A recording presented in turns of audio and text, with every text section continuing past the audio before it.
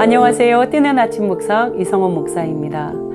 또 새 하루가 시작이 되었는데요. 어제 같은 하루이지만 오늘은 조금 더 어제보다 힘이 나고 기분이 새로워지는 그런 하루가 되시기를 축복합니다.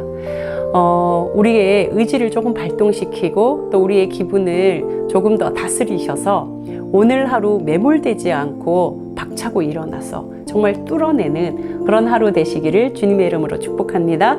오늘 함께 나눌 말씀은 레위기 25장 8절에서 12절 말씀입니다.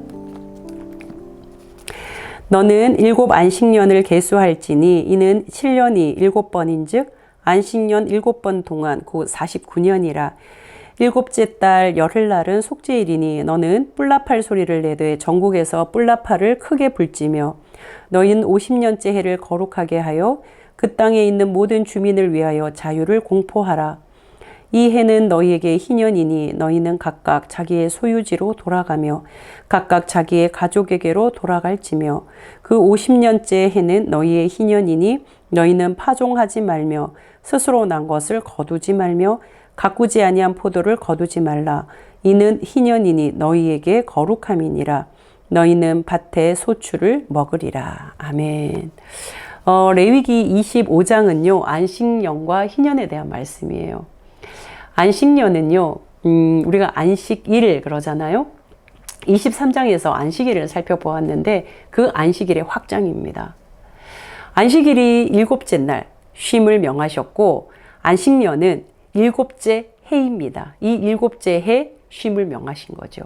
두 가지의 공통점은 뭔가요? 쉼이에요. 여러분 쉼 그러면 어떤 생각이 드세요?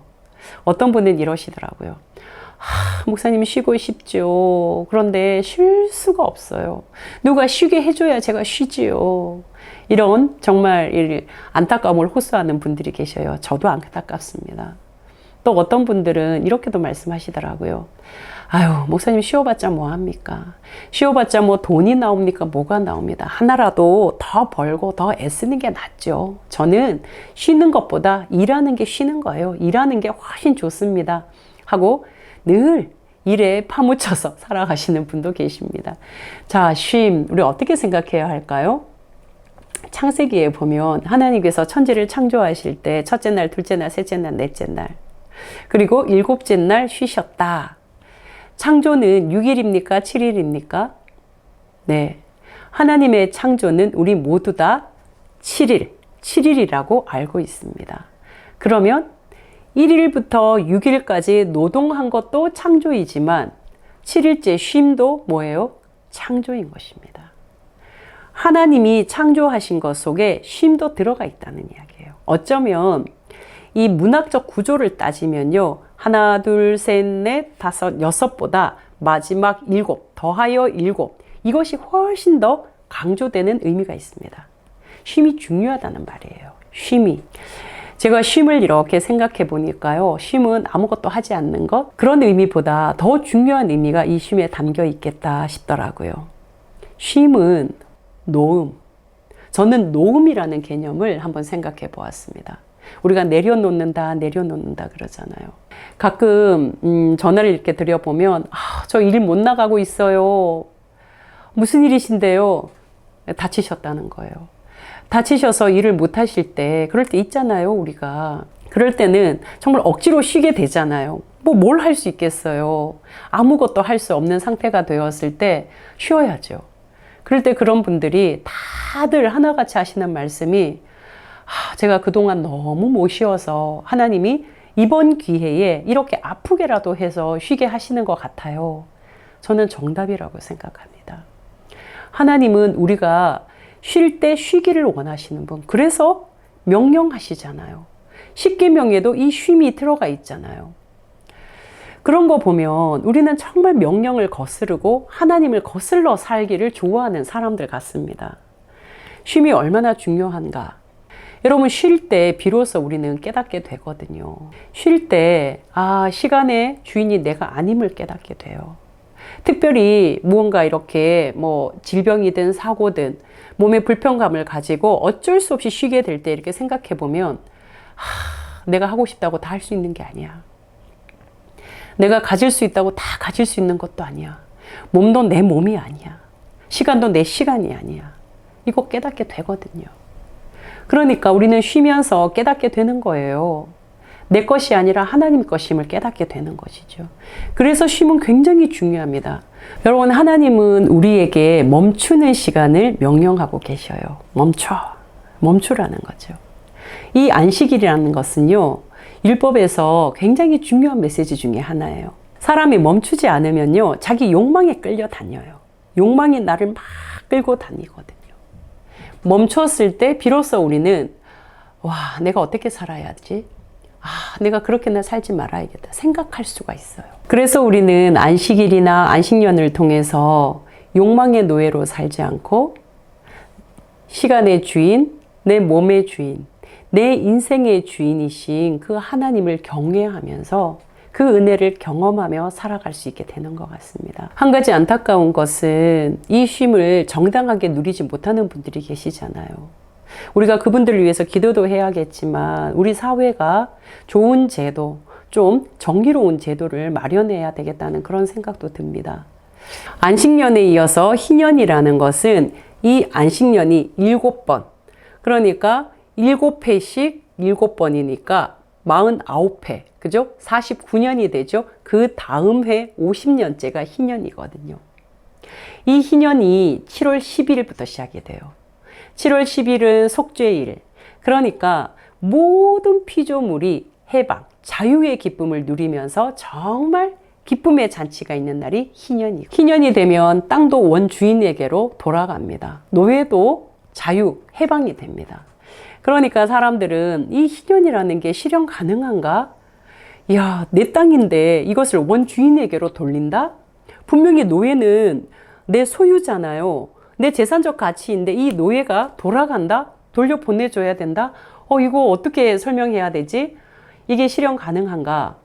실제로 성경을 보면은 이것이 시행되었다고 찾아볼 수 있는 그런 본문은 극히 드물어요.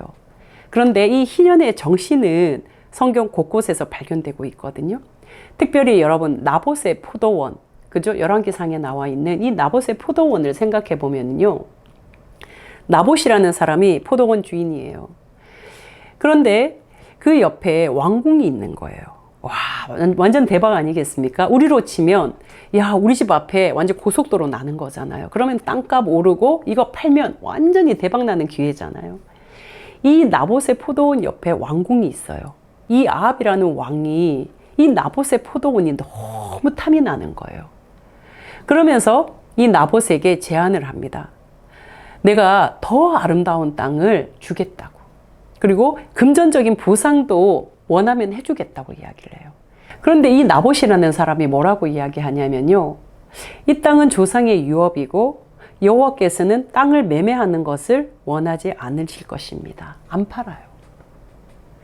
결국 나봇은 아주 곤란을 당하고 이 포도원도 빼앗겨요. 중요한 것은 이 나봇이라는 사람이 토지의 개념, 이 희년의 개념을, 그 희년의 정신을 잘 알고 있었던 것 같아요. 그런 본문은 에스겔서나 곳곳 예언서 중에 많이 나타납니다. 우리는 생각하면 땅은 내 거지, 내 돈으로 샀는데, 이런 생각할 수 있어요. 그러나 성경은 우리에게 어떻게 가르치냐면요, 우리가 가지고 있는 이 모든 것이 궁극적으로 하나님의 것, 특히 땅, 토지, 부동산, 이런 것으로 우리가 재산을 증식시키려고 한다면은 그것은 하나님이 원하시는 것이 아니다라고 가르쳐 주고 있는 거예요. 모두가 하나님 주신 땅에서 함께 어울려서 살아가야 한다는 것을 우리에게 말씀해 주고 있는 것이지요. 여러분, 우리가 하나님을 믿고 하나님을 신뢰하며 살아간다는 것이요, 하나님 앞에 내 인생 맡기며 살아간다는 것이 얼마나 소중한지 모르겠습니다. 내가 내 인생 책임지고 살아간다. 내가 내 노후 내가 책임진다. 저는 너무 힘들 것 같습니다. 저는 못할 것 같습니다. 쉴 수 있겠습니까, 여러분? 내가 내 인생 책임져야 하는데요. 내가 내 노후를 책임져야 하는데 내가 어떻게 쉴 수 있겠습니까? 막 돌아가야 되지요. 막 챙겨야 되죠. 막 벌어야죠. 쓸 수가 없지요. 늘 불안할 수밖에 없을 것 같습니다. 그런데 하나님을 신뢰하고 어제도 먹여주셨고 작년에도 먹여주셨고 지금도 먹여주시는 그 하나님을 신뢰하며 살아가면요, 내일도 먹여주실 거고요. 그 하나님이 1년도 책임져 주실 거라고 믿잖아요. 그 하나님과 함께 살아간다면 쉴 수 있어요. 안식의 기쁨도 누릴 수 있고 또 희년을 통해서 이웃과 함께 살아가는 이 넉넉함도 우리가 가질 수 있을 것 같습니다. 저희가 개척한 지 딱 이제 1년이 되어 가는데요.